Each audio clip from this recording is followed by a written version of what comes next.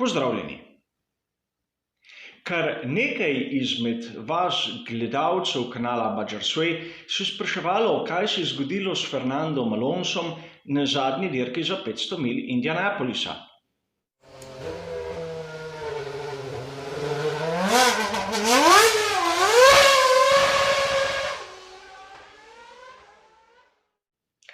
Na začetku bi rad omenil, da odgovor na to vprašanje mi predstavlja še poseben izziv, kajti moje znanje in moje razumevanje kategorije IndyCar še zdaleč ni tako podrobno kot tisto, ki ga imam v Formuli 1.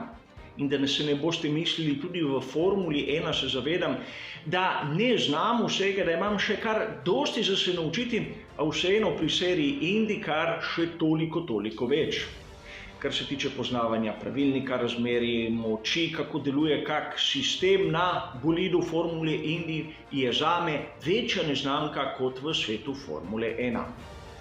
A vseeno menim, da lahko dam moj oseben pogled na tisto, kar se je zgodilo na dirki za 500 milj Indianapolisa leta 2020 in skušam podati neko interpretacijo, zakaj Fernando Alonso, po mnenju mnogih navdušencev Formule 1, ni dosegel tistega, kar si je sam želel oziroma kar so oni sami pričakovali od njega. In da bi bolje razumeli vso to tematiko, menim, da moramo problem razdelati na 3 različne ravni. Na tehnično raven, na osebnostno raven, kjer se bomo pogovarjali o pristopu Fernanda Alonsa do te dirke, in na medijsko raven, katera na prvi pogled ne doda nič bistvenega k končnemu rezultatu, a bomo videli, da lahko vpliva na naš pogled na celotno dirko. Začnimo na začetku s tehničnim nivojem, s tehnično ravnjo. Namreč v seriji IndyCar, za razliko od Formule 1, imamo samo enega dobavitelja šasi, to je italijanska Dallara, katera je prisotna v seriji šasijo DW12. To se pravi projekt, kateri je ugledal luč sveta davnega 2012. Seveda, od tiste sezone do danes smo videli kar precej različnih posodobitvenih paketov in to ne pomeni, da tisto šasijo, ki vidimo na progi, je bila izdelana leta 2012. Seveda obstajajo starejše šasije, obstajajo novejše šasije, a projekt izhaja iz tistega leta. In imamo tudi različno kvaliteto ekip, katere se zvrstijo na štartnem razporedu dirk serije IndyCar. In sam tukaj med najboljše štejem na primer ekipo Penske, katera je v lasti Rogerja Penskeja, kateri je lastnik serije IndyCar in tudi dirkališča za 500 milj v Indianapolisu. Imamo na primer ekipo Ganassi in ekipo Andretti. No, to imamo tudi malce slabše ekipe. Imamo tiste, ki so nekako sredinske in med drugimi bi tu rad omenil na primer znano ekipo Rahal Letterman-Leringan, katera je bila praktično zmagovalna na letošnji dirki za 500 milj. Seveda, ekipa, katera ne izstopa, ampak ima še zmeraj kvalitete, katere so dovolj dobre, da lahko preseneti. Na drugi strani imamo ekipo, kot je Carlin, od katere ne bi pričakoval, da bi imela ne vem kakšne rezultate, a to je moje osebno videnje, pri katerem se lahko motim. In če imamo na eni strani samo enega samega dobavitelja šasi, imamo 2 ločena dobavitelja motorjev. Te so čisto nekaj drugega od tistih, ki jih vidimo v Formuli 1. Imamo Hondo in imamo Chevrolet. In letos na dirki za 500 milj Indianapolisa smo videli, da motor Honda v tistih specifikacijah je bil rahlo boljši, vsaj tako je moje videnje.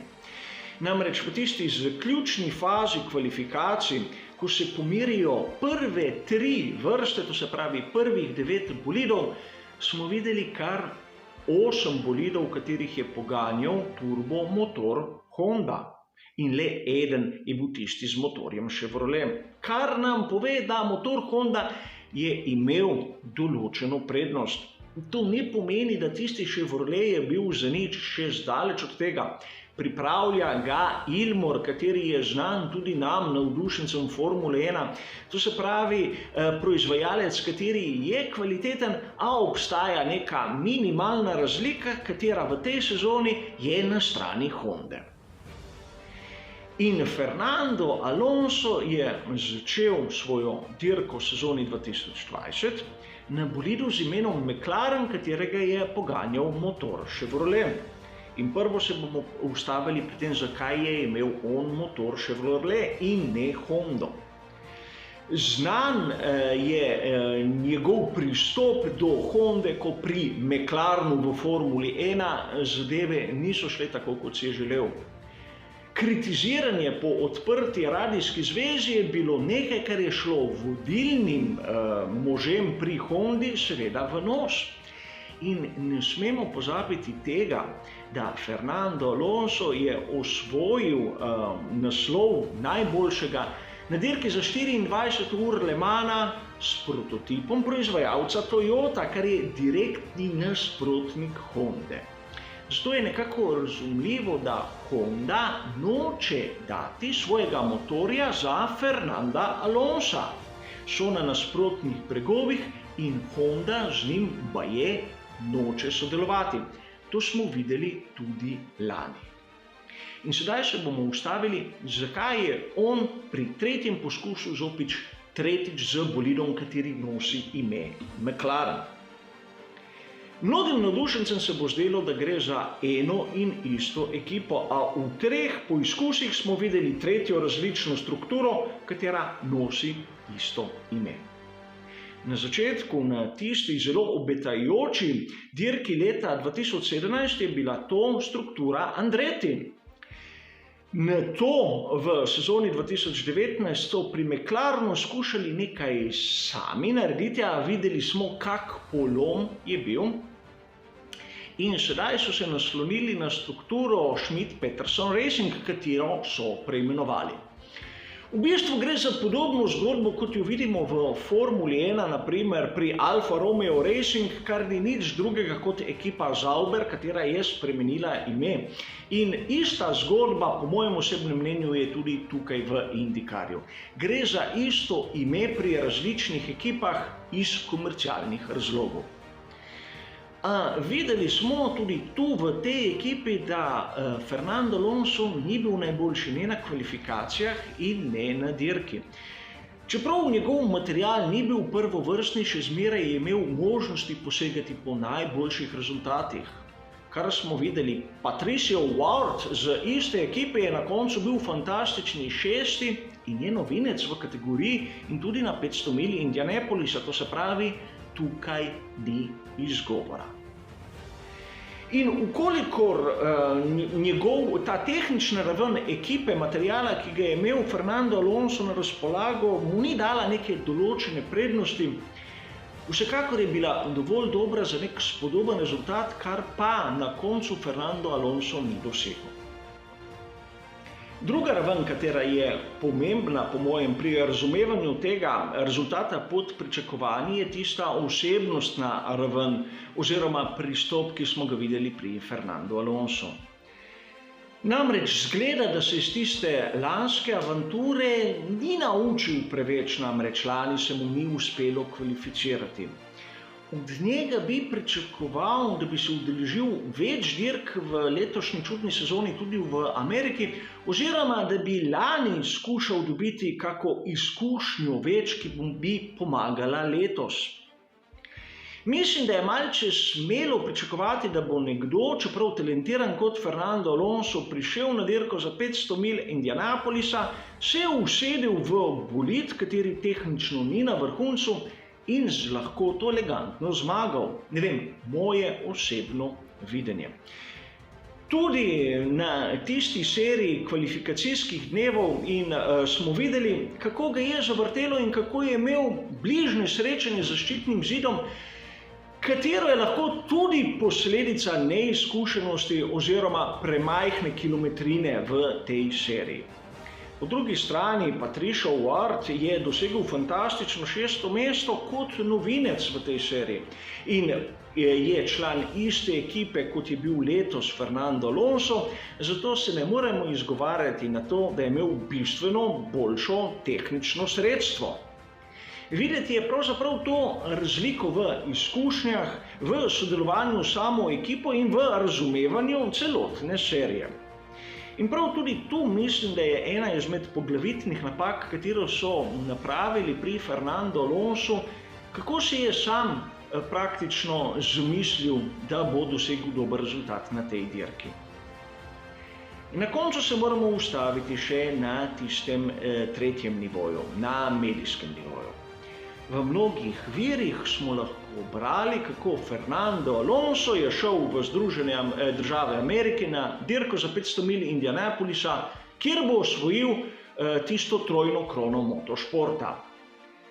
V mnogih medijih, kateri so lahko malce bolj lahkotni, bolj tračarski, je izgledalo, kot da Fernando Alonso gre tja praktično samo formalno po to zmago na eni izmed najbolj znamenitih dirk na našem planetu. A zmagal je nekdo, kateri je praktično podcenjen strani večine navdušencev Formule 1. Govorimo o Takumi Satu, znanem vozniku Formule 1, kateri je bil kar nekaj sezon prisoten v tem ljubem športu. Namreč začel je pri ekipi Jordan, kjer so imeli takrat motorje Honda v sezoni 2002, nato je bil v ekipi BAR in na koncu pri Super Auguri. Seveda, sedaj bi se lahko pogovarjali o njegovem talentu, o njegovih sposobnostih, a po mojem osebnem mnenju je bil zaslužen v tistih sezonah kar za spodobne rezultate, seveda nič izjemnega, a daleč nad tistim, kar smo videli od mnogih njegovih sorojakov. In kar je bolj zanimivo, Takuma Sato ni zmagal prvič dirke za 500 milj Indianapolis, temveč drugič. Prvič je zmagal v sezoni 2017, tistem prvem poizkusu Fernanda Alonsa, ko je Takuma Sato bil član iste ekipe kot Fernando Alonso. Dirkal je za Andretti Racing.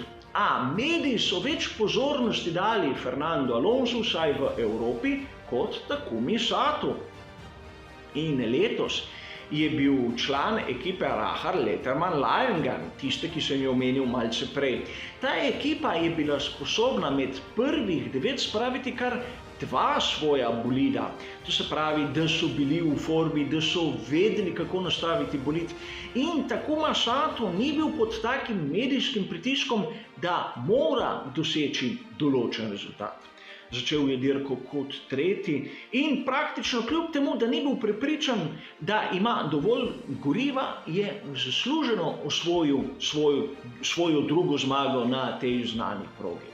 A mediji se zopet ukvarjajo s tem, kako Fernando Alonso ni uspelo in ne kako je drugič zmagal Takuma Sato. Vsaj v večini, vsaj v odmevnosti. Poročali so o tem, kdo je zmagal, a pozornost namenjena zmagovalcu in recimo temu poražencu je bila različna. Upam, da se strinjate. Seveda, sedaj smo prišli do tega, da smo videli, da je problematika, zakaj Fernando Alonso ni dosegel tistega, kar smo v večini primerov mi navdušenci pričakovali, izjemno raznolik. A na koncu bomo lahko ugotovili, da smo lahko mi preveč pričakovali, ker so nam enostavno preveč obljubljali. Trojna krona motošporta je seveda izmišljotina novinarjev in Fernando Alonso ali jo osvoji ali ne, ne bo nič večji ali nič manjši. Od njega in tistih, ki skrbijo za njegovo kariero, bi sam osebno pričakoval malce bolj resen pristop, a vem, sam sem zahteven in kdaj se tudi zmotim, zaradi tega ne mi zameriti tega. V glavnem, upam, da sem predstavil na nazoren način moje videnje, moje mišljenje. Hvala za vašo pozornost in nasvidenje.